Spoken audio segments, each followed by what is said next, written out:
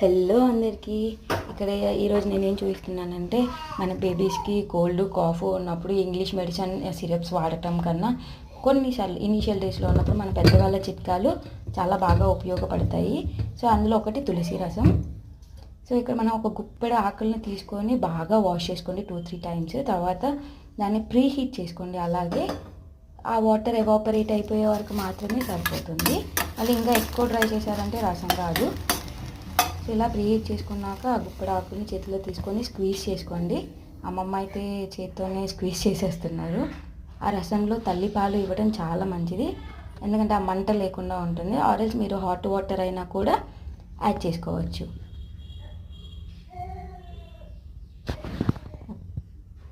But ఇది చాలా బాగా హెల్ప్ అవుతుందండి పిల్లలకి అయితే మాత్రం. 9 months కదా, చాలా చాలా బాగా హెల్ప్ అవుతుంది మాకు.